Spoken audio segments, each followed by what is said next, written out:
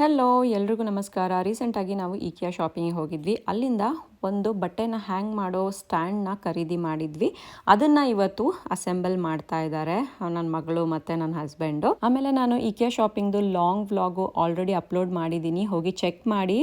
ಸುಮಾರು ಜನ ಕೇಳ್ತಾರೆ IKEA ಅಂತ ಏನಕ್ಕೆ ಕರಿತೀರಾ, ಅದು IKEA ಅಲ್ವಾ ಅಂತ. ಸ್ವೀಡನ್ನಲ್ಲಿ ಐನ ಇ ಅಂತ ಪ್ರೊನೌನ್ಸ್ ಮಾಡ್ತಾರೆ. ಇದು ಸ್ವೀಡಿಷ್ ಕಂಪನಿ. ಸೊ ಮುಂಚೆಯಿಂದನೂ ನಾವು IKEA ಅಂತ ಪ್ರೊನೌನ್ಸ್ ಮಾಡಿ ಅದು ಅಭ್ಯಾಸ ಆಗಿಬಿಟ್ಟಿದೆ. ಇಂಡಿಯಾದಲ್ಲಿ IKEA ಅಂತ ಹೇಳ್ತಾರೆ. ಆಮೇಲೆ ಈ ಸ್ಟ್ಯಾಂಡು ಅಸೆಂಬಲ್ ಎಲ್ಲ ಆಯಿತು. ಆ್ಯಕ್ಚುಲಿ ಇದು ಸೈಜ್ನ ಕೂಡ ನಾವು ಬೇಕಿರೋಷ್ಟು ಎತ್ತರ ಮಾಡ್ಕೋಬಹುದು. ಆ್ಯಕ್ಚುಲಿ ಈ ಸ್ಟ್ಯಾಂಡಲ್ಲಿ ಸುಮಾರು ಬಟ್ಟೆಗಳನ್ನ ಹ್ಯಾಂಗ್ ಮಾಡಬಹುದು. ಆಮೇಲೆ ಸಮ್ಟೈಮ್ಸ್ ವಾರ್ಡ್ರೋಬ್ಸಲ್ಲಿ ಜಾಗ ಇರೋದಿಲ್ಲ.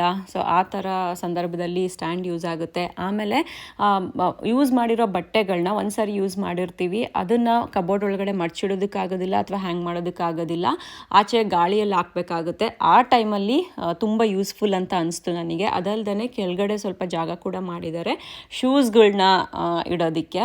ಆಮೇಲೆ ಇನ್ನೊಂದೇನಪ್ಪ ಅಂದರೆ ಇದಕ್ಕೆ ವೀಲ್ಸ್ ಕೂಡ ಇದೆ. ನಾವು ಆರಾಮಾಗಿ ಎಲ್ಲಾದರೂ ಮೂವ್ ಮಾಡಿ ಇಡಬಹುದು ಈ ಸ್ಟ್ಯಾಂಡು. ಇದಕ್ಕೆ 200 ಕ್ರೋನ್ಸ್ ನಾವು ಪೇ ಮಾಡಿದ್ದು SEKನಲ್ಲಿ.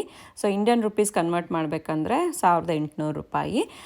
ಇದಾಗಿತ್ತು ಅನ್ಬಾಕ್ಸಿಂಗ್ IKEA ಪ್ರಾಡಕ್ಟ್. ಬಾಯ್.